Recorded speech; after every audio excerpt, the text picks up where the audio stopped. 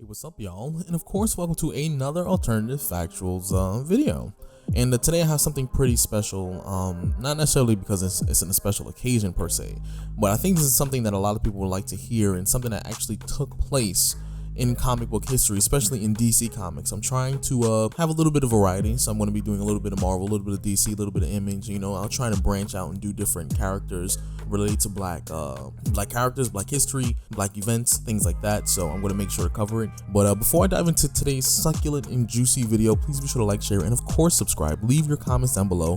Let me know what you're thinking. Let me know what you're feeling, of course, in the comments. And without further and or possible ado, let's kind of just jump into this. Okay, so there is a comic book out there that was written in the 1970s. Now, this is during the Silver Age of comics, which took place from 1956 through 1970. So basically, writers were very attentive to a lot of social issues. As you already know, during those point in times, that was when segregation was legal in the United States. So they had a lot of interesting things come out of these situations from both DC as well as Marvel Comics. But in November 1970, DC attempted to basically bridge the racial, bridge with the release of Lois Lane number 106 titled I Am Curious Black. I think the writer's name was Robert Kanigher or something like that. He was a white guy. So it was supposed to help ease the racial tension supposedly, but I just think it wasn't really done very well. But in this comic specifically, Lois Lane's transformation was basically her turning into a black woman.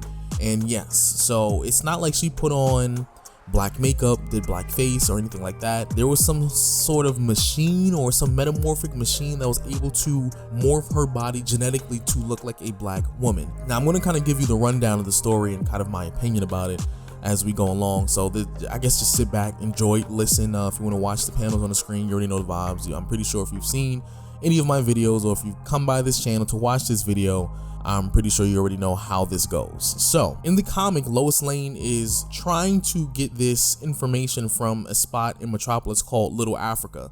Now, what little people didn't know about the comic back then was Little Africa was also known as the slums in Metropolis. So she's trying to get this story because she feels like she's going to be able to get this Pulitzer Prize for getting this really deep down and dark and gritty story from a neighborhood that a lot of people would not really feel comfortable being in. One, because these people are black, and two, it's supposed to be the slums. So she basically gets a cab, she goes over there, she does what she has to do to make sure she gets to this neighborhood, Little Africa, and when she's trying to talk to people, she is full-blown surprised that no one wants to talk to her because she is a white woman. And for very obvious reasons, in the 1970s, it's why would anyone talk to a white woman knowing that people can get killed for talking to a white woman? Emmett Till was killed for something he didn't even do, for someone who lied on him, but let's not talk about that. That's a whole different video for another day. So yes, none of the people wanted to talk to her. So she kind of felt overwhelmed and defeated because she felt like, oh, she can never get that Pulitzer Prize. But obviously Lois Lane is with Superman at this point. So what happens? Superman just so happens to fall upon this machine, or just to have it in his disposal. And she even asked Superman, would you love me if I was black? Which begs the question too, would he still love her if he was black? And I think throughout the comic, if I remember correctly, he did make this argument that he himself is an alien. And then Lois Lane did make the counter argument as well, saying, yeah, you may be an alien, but you're an alien who happens to look white. Which obviously is kind of, I think, a drawback to the origins of Superman, when he was supposed to be this powerful, superior white man. And at first he wasn't really an alien, but we're not getting in too deep to that. I just wanted to talk about this story because I think it's necessarily ridiculous is what I'm saying. But long story short, or I can say, let me just continue with the story. I won't say long story short because I'm just going to continue with this explanation. So Superman just happens to have this machine in the Fortress of Solitude, and he uses this plastic-mold machine that he has in the fortress. And then she pops out several shades darker, and her hair pretty much looks like someone who is of African American descent. And she goes down to Little Africa and somehow runs into this guy who, I forget his name for some reason. Dave Stevens, that's the guy she has to speak to the story.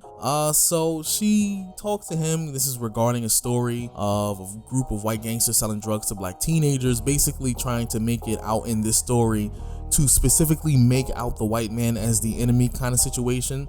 But instead of it being from a place of genuine, history and actual genuine facts, or based off of anything of any truth, I feel like this is more or less a story just as the article, I guess, or the information out there says, is specifically to ease racial tensions and not necessarily from a place of genuine historical fact. The fact that, a lot of communities of color were actually brought down by a lot of European descent, and just a lot of things that transpired throughout history is because of those who are of European descent.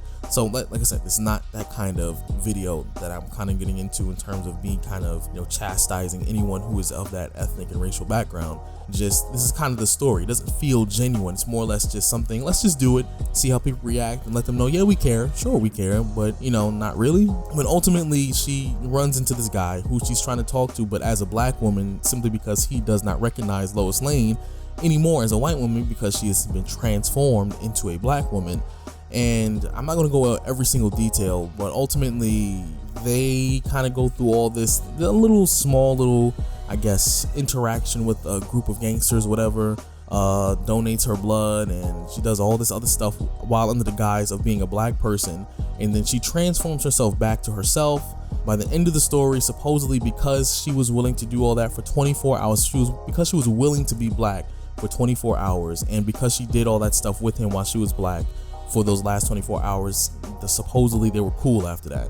Now, the reason the story is outrageous is because, one, being black is an everyday thing. There's pretty much nothing you can do about it. Even if you have a skin disease and you have vitiligo and like your skin is naturally lightening, being black is not simply just, it's not only the way you look, but it's also your culture, your heritage, how you carry yourself out, everything that we do. It is, being black. And the story is out of control for the main reason that she figured if she can be a black woman for 24 hours, if she can do everything that I guess she feels would be accepted or, appreciated, coming from a black person, that maybe if after the 24 hours was up, when she goes back to being herself, she can explain that everything she did was to be helpful, and that may be the intention of the story or not, but supposedly they're going to be cool. And unfortunately in the story they were cool, and I just don't agree with the way that they did the story. Now, I know it's not necessarily as informal or jam-packed with a lot of information per se, but I think this is a story that, if you want your own opinion about it, I think you should read it. It's not necessarily the most important story ever told.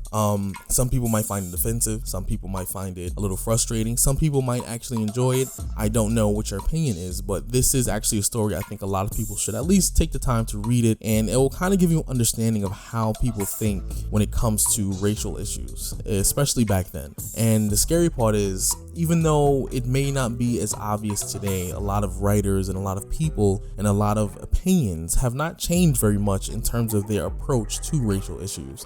And I think that's where I think the story kind of shines, in a sense, why it's important. And I think everyone should read it. Take the time to read it. Any of my subscribers, anyone who's watching this video, read Lois Lane, number 106. I Am Curious Black, and let me know how you feel about it. There's definitely something I think you should take out of the story, is that you have people who genuinely care about racial issues, who can actually use their position of power or their social status or whatever the case may be to bring attention to these situations, but sometimes their intentions can be a little bit misguided. And unfortunately that was the case, at least in my opinion, for this story, where she may have not been an evildoer in the traditional sense of comics, but I think she was very misguided in her approach to trying to mend this. And I think it was just how things were viewed back then in the 1970s and all that stuff. So let me know what you think about this story. I gave you the rundown, and I think I wanted to bring this to people's attention because it is more relevant now than it ever has been, in my opinion, because we are in 2020 and things still seem to be the same in some aspects.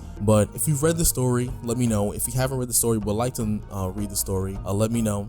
Just overall, if you like opinions about the story, or if you just want to have a dialogue about the story for the first hour and a half, 2 hours, I'll be in the comment section down below of this video. Let me know what you think. Let me know what you're feeling. And if you're new to the channel, please be sure to like, share, and of course subscribe so you can catch other black content, other black characters, and other black stories and black narratives and stuff like that I will be going over in the future. And I hope to see you later on. Ooh, peace out.